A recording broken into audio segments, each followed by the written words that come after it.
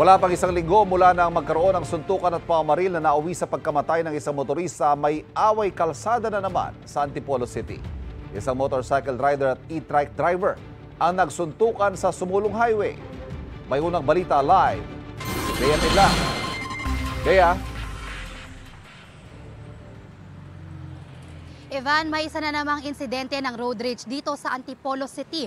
Ang away kalsada na nag-ugat sa sagian ng isang e-trike at motorsiklo na uwi sa suntukan. Barela naman kaya dyan ha, madami kami. Nakahambalang sa sumulong highway sa Antipolo City ang isang e-trike at motorsiklo mag-aalas 3 kahapon.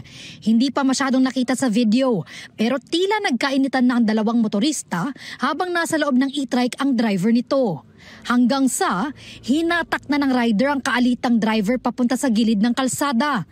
Tumama ang rider sa pader habang patuloy silang nagpapalitan ng suntok. Ayon sa barangay, nagsimula ang away ng masagi ng motor ang e-trike at nasira ang maliit na fan nito.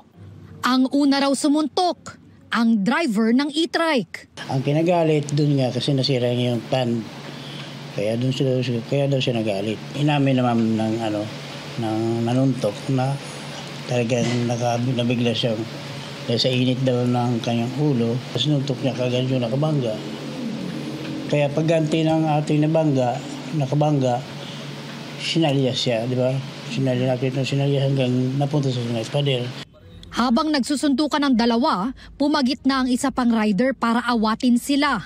Ayon sa barangay, nagtamo ng pasa sa mukha ang rider at sugat naman sa braso at likod ang e-trike driver. Nagharap ang dalawa sa barangay para mag-usap. Medyo kumalma naman po. Bagkus nagkamayan sila, nagkasundo naman. Inamin naman nung nila nagkamali pareho. Sinusubukan pa namin kunin ang panig ng dalawang sangkot sa suntukan sa kalsada. Ayon sa Antipolo Police, wala pa silang natatanggap na reklamo kaugnay ng insidente. Matatanda ang nung nakaraang linggo lang na magkaroon din ng away kalsada sa Antipolo. Nauwi ito sa pamamaril at isa ang nasawi. Sana kayo na maisip pares naman nasa lansangan, maging kalmado at mag-iidal sa init.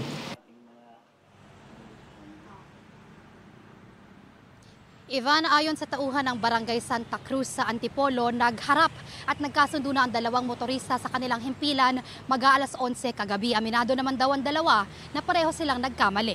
At yan ang unang balita mula rito sa Antipolo, Rizal. Bea Pinlac para sa GMA Integrated News.